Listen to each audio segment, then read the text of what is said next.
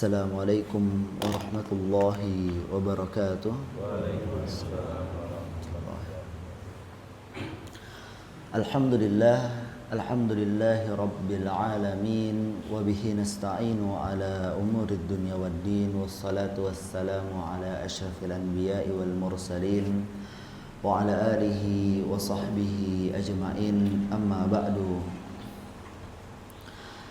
Jamaah yang dirahmati oleh Allah Subhanahu wa taala, alhamdulillah segala puji syukur nikmat yang diberikan oleh Allah Subhanahu wa taala, yakni kesempatan kita untuk menghadiri atau mengikuti sholat subuh berjamaah di masjid secara bersama-sama, yang mana ini adalah nikmat yang sangat luar biasa ketika kita diberikan kekuatan untuk bangun di pagi hari, yang artinya kita memiliki kontrol terhadap diri kita sendiri.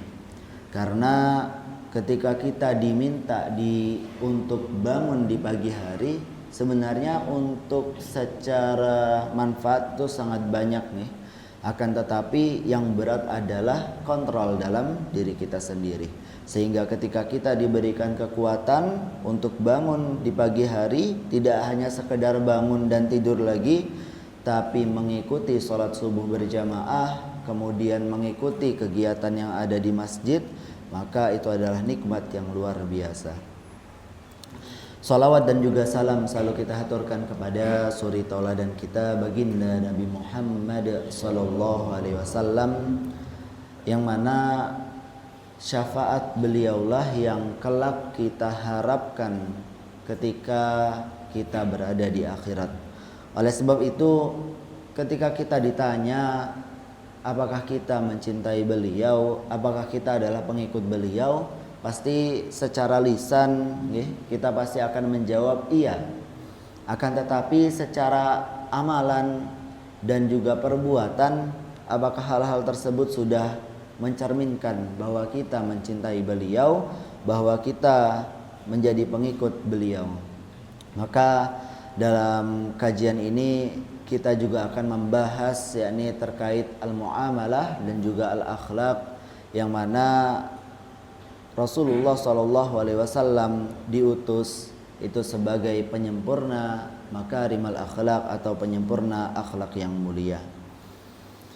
Jamaah yang dirahmati oleh Allah Subhanahu wa taala, sebelum kita memasuki apa yang dimaksud dengan muamalah dan juga akhlak, ada baiknya kita memahami di dalam bahasa Arab terdapat dua kata, yaitu ad-darsun wa tarbiyah.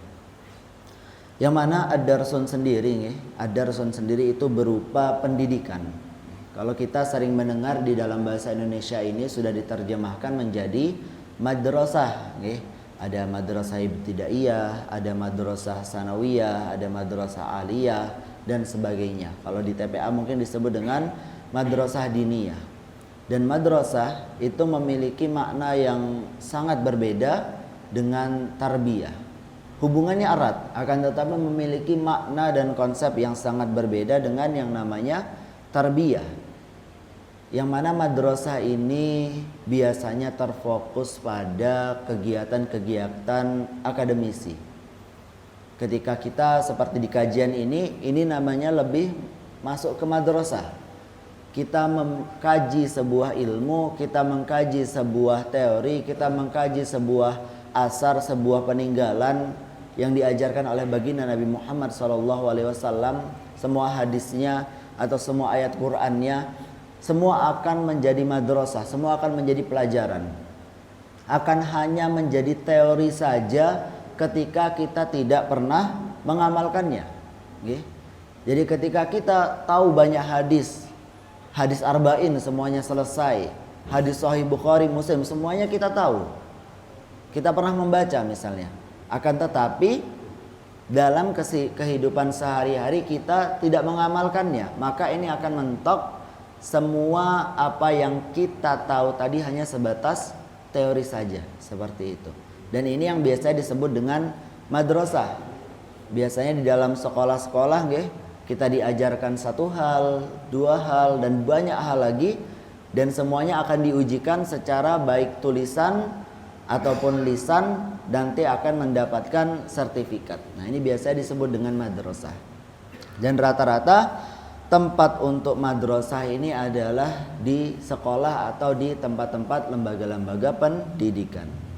Sedangkan untuk tarbiyah sendiri itu merupakan pembentukan atau pengalaman yang harus dijalani oleh manusia sampai akhir hayatnya. Jadi tarbiyah itu juga bisa membangun pemahaman atau kebijaksanaan yang dimiliki oleh seseorang. Ketika kita memahami suatu teori, kita belajar suatu teori, mungkin ketika jenengan dulu ingat ketika masih di kelas, itu pasti ada yang bisa paham satu kali diajarkan.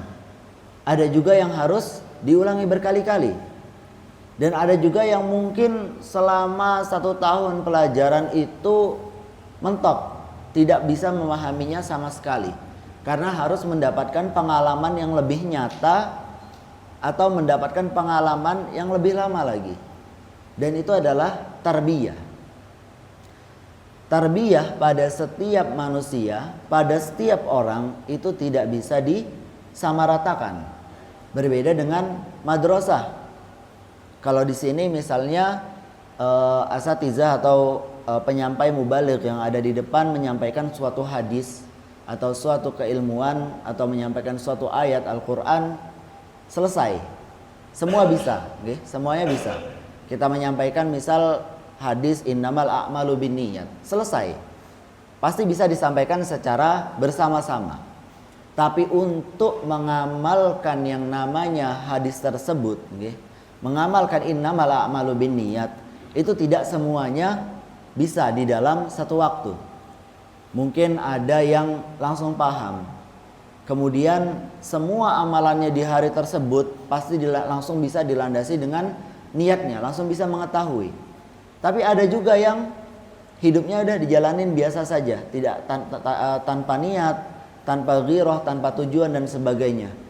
Mungkin sampai 1 minggu, 2 minggu, berbulan-bulan, bertahun-tahun baru paham kalau amalan yang dilakukan dalam kehidupan ini harus berlandaskan terhadap niatnya. Semua akan ada niatnya. Dan itu adalah yang disebut dengan tarbiyah. Jadi kita harus memahami dulu bahwasanya madrasah dan tarbiyah ini adalah sesuatu yang sangat berbeda.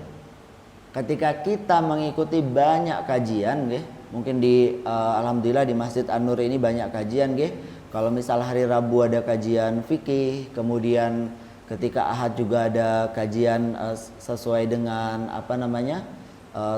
tema atau kontekstual yang dibahas. Kita pun pasti di dalam ajaran agama Islam, setiap pekan kita dipanggil untuk menguatkan keimanan kita, yaitu di dalam khutbah Jumat. Kemudian juga kita setiap hari pasti dipanggil untuk sholat, 5 kali dalam 1 hari. Dan semua itu sebenarnya masih di ranah madrasah, Tapi tarbiyahnya adalah ketika kita menjalani kehidupan kita di luar hal-hal itu. Contohnya, Allah Subhanahu wa taala berfirman, "Innas sholata tanha 'anil fahsya'i wal munkar." Kita sering sekali mendengar ayat tersebut, walaupun ayat tersebut ada di juz-juz yang mungkin jarang sekali kita baca atau jarang sekali terbaca seperti itu. Tapi kita sering mendengarnya, bahwasanya sholat adalah menahan atau menghalangi orang dari berbuat fahsya dan mungkar atau berbuat maksiat.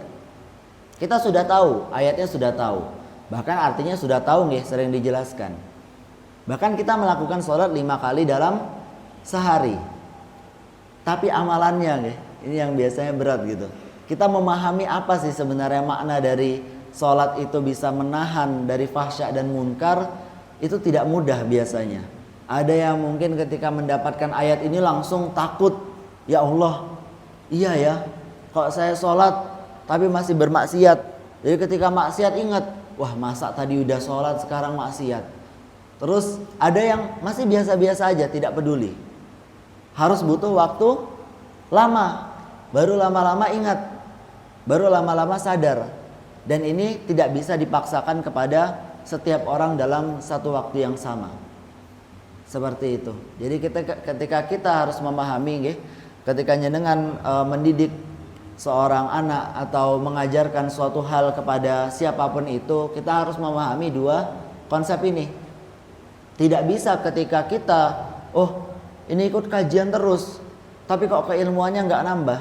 Bukan keilmuannya tidak menambah, mungkin proses dalam mencerna ilmu tersebut masih dalam tahap loading, Jadi dalam tahap proses di setiap orang tuh pasti beda-beda. Jadi ketika kita sudah memahami dua konsep ini, kita akan lebih paham lagi bagaimana cara untuk belajar, bagaimana cara untuk memahami suatu hal. Jadi di sini adalah konsep yang sangat berbeda antara madrasah dan juga tarbiyah, atau di dalam bahasa Indonesia biasa kita banyak menerjemahkan ke pelajaran dan juga pendidikan, mendidik. Jadi mendidik itu bukan sekedar memberikan teori selesai, bukan, akan tetapi juga ada prakteknya. Nah, mungkin di sekolah-sekolah sekarang juga sudah banyak metode-metode yang dipakai itu tidak hanya sekedar menyampaikan teori saja, tapi juga menerapkan bagaimana cara prakteknya. Agar apa? Agar anak atau agar orang yang belajar juga bisa lebih paham dengan apa yang dipelajarinya. Seperti itu. Kemudian kaitannya dengan muamalah dan juga akhlak yang biasa kita bahas di setiap pekan kedua di dalam satu bulan, yakni muamalah sendiri itu tidak bisa selesai pada pelajaran semata, tidak bisa selesai pada teori semata.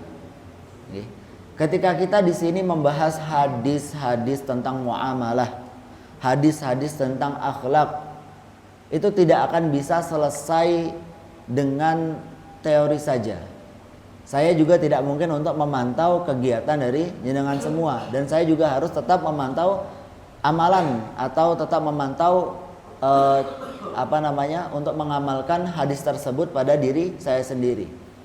Akhirnya ketika kita sudah memahami hadis atau sudah mendapatkan wawasan terkait hadis, muamalah dan juga akhlak, maka tarbiyahnya itu akan kembali kepada diri kita masing-masing.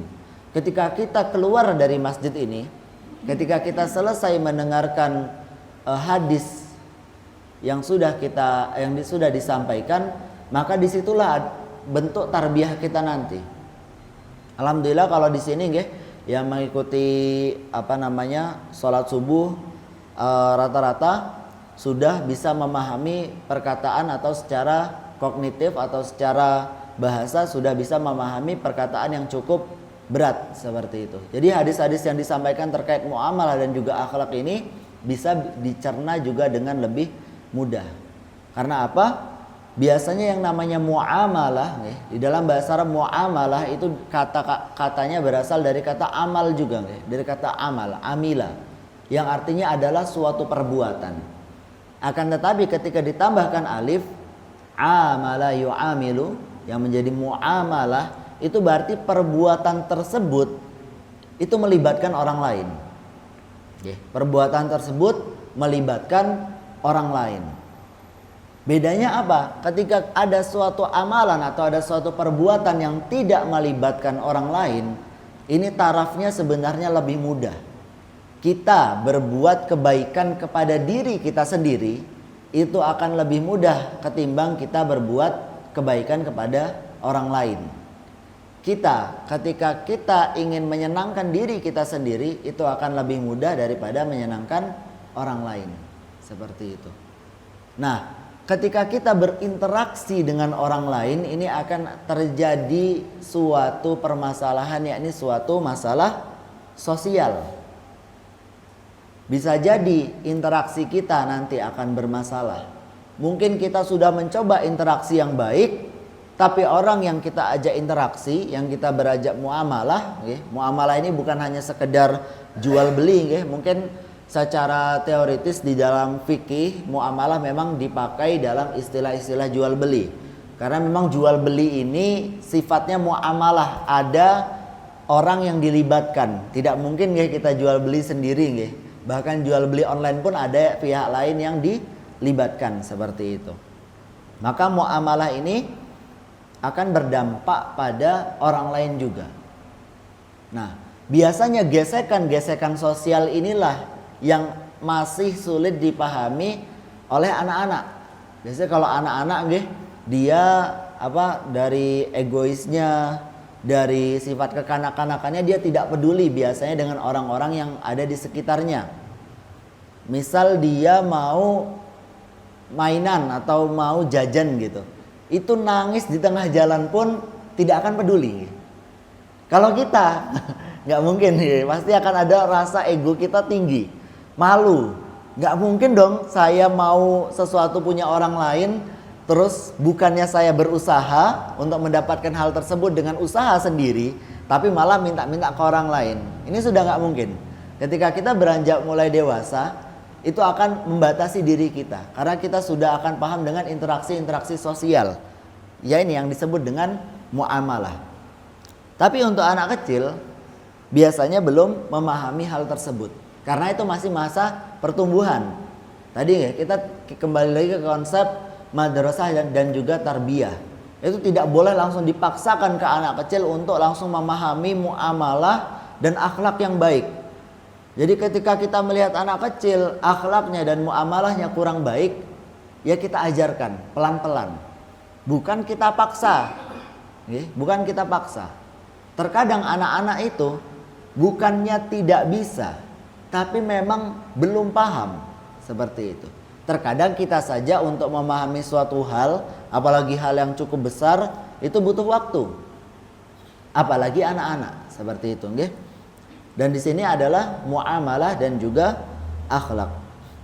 Yang mana akhlak itu adalah kebutuhan yang perlu kita masukkan ketika kita bermuamalah kepada orang lain, nggih. Jadi kalau kita sebut akhlak itu biasanya dalam bahasa kita disebut dengan etika ataupun moral, seperti itu.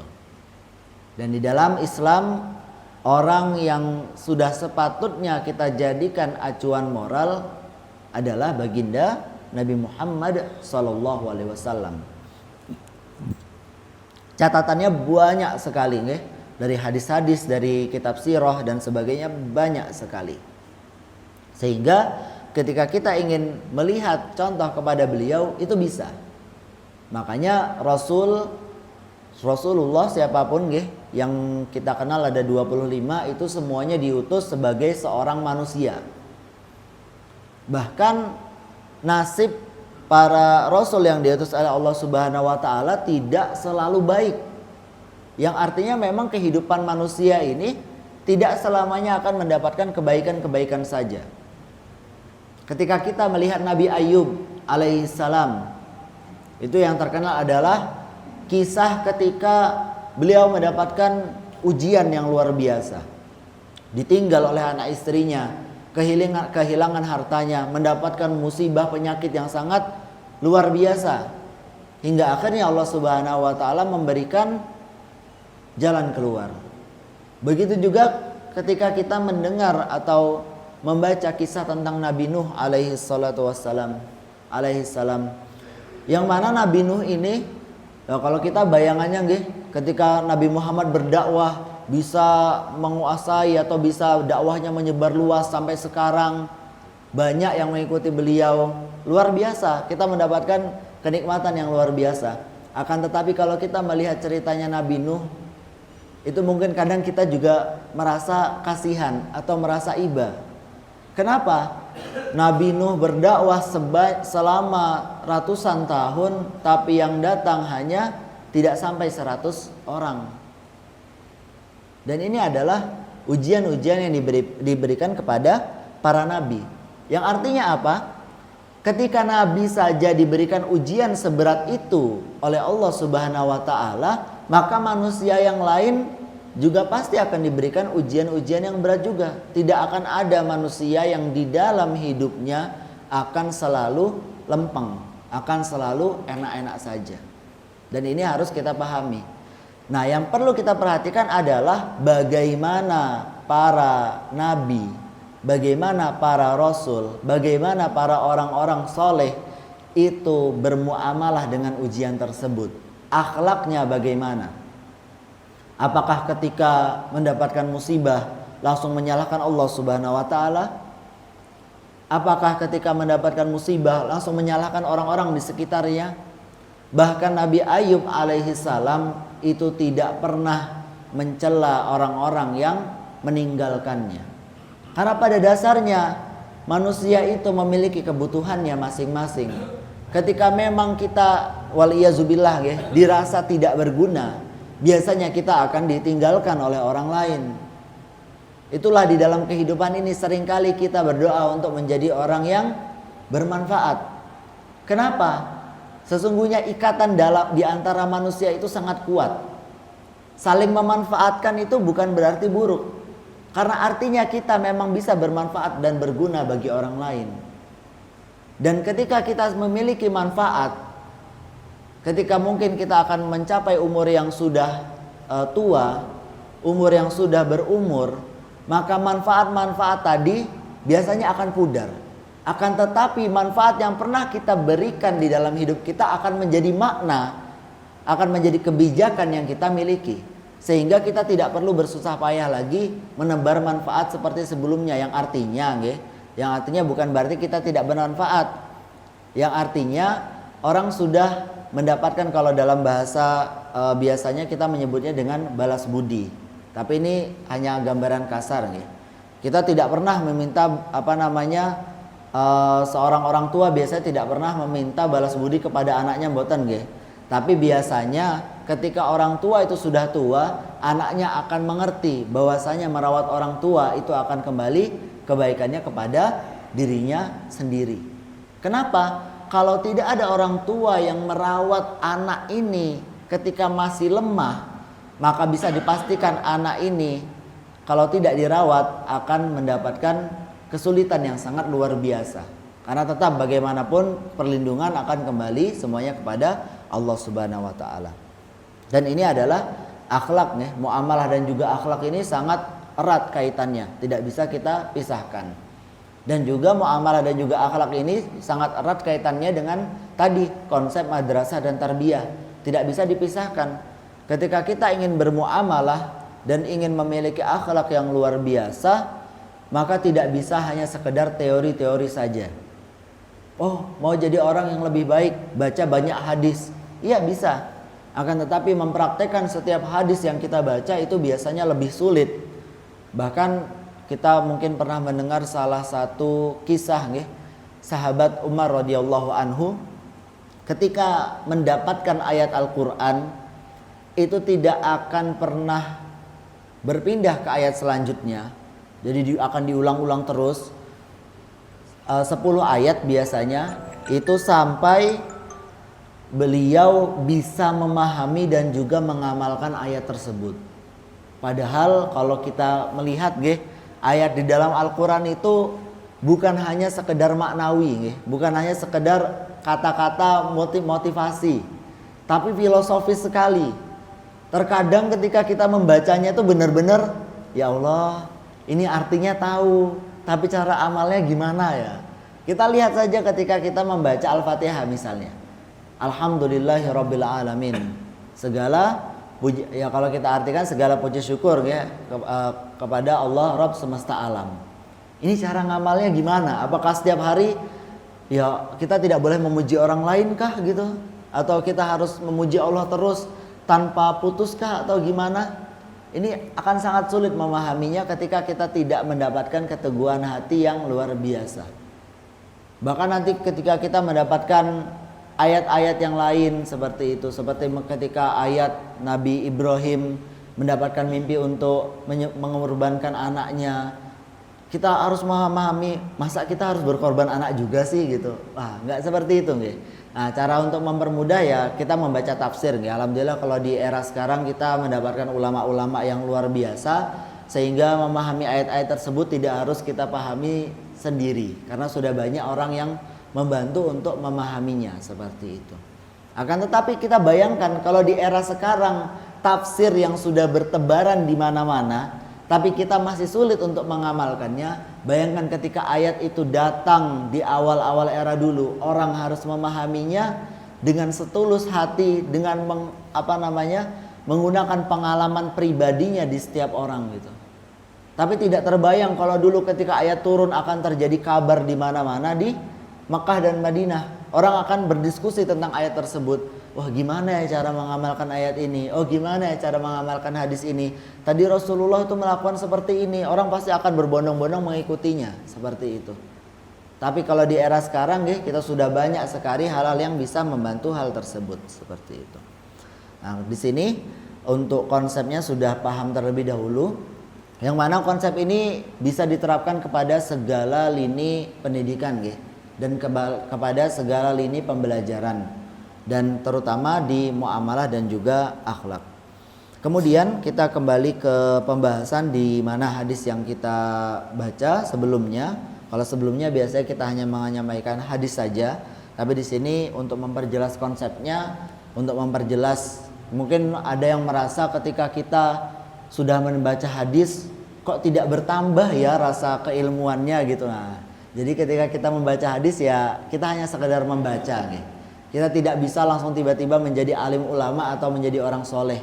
Begitu juga ketika kita membaca Al-Quran, kita meminta pertolongan kepada Allah Subhanahu wa Ta'ala agar hati kita bersih. Bukan karena usaha kita, baca Al-Quran 1 juz 2 juz langsung menjadi orang yang beriman. Tidak bisa seperti itu. Tidak ada yang instan di dalam dunia ini. Bahkan ketika kita membaca Al-Quran, bisa disempatkan sesekali untuk membaca maknanya pula, agar apa yang kita baca pun bisa kita amalkan, bisa kita pahami. Baik, di sini kita melanjutkan. Rasulullah SAW bersabda, kalau kemarin kita sudah membahas tentang salam ketika memasuki rumah atau ketika kita mendatangi rumah orang lain, begitu juga ketika kita keluar, ketika kita pergi, kita juga mendoakan penghuni rumah tersebut.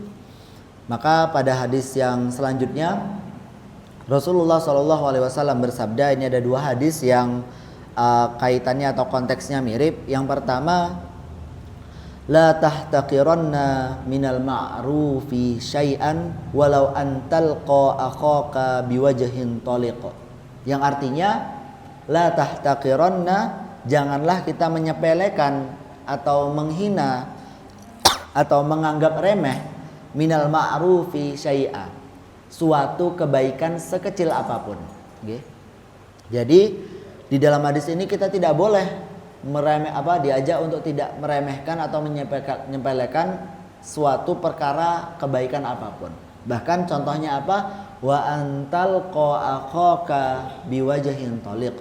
Yang artinya bahkan sampai ketika kita itu mau bertemu dengan saudara kita atau dengan siapapun ya, maksudnya saudara di sini adalah sebutan untuk menghormati orang lain, walau antal akhaka biwajhin taliq, walau hanya memasang senyum ketika kita bertemu dengan orang lain, dengan saudara kita.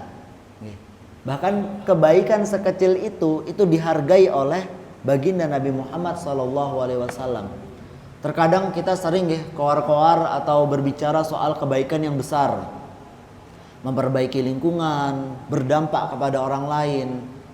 Tapi kadang kita ketika ada orang berusaha atau sedang belajar untuk berbuat baik, sedang menata hatinya dari hal-hal terkecil, terkadang kita meremehkannya, wal iyazubillah.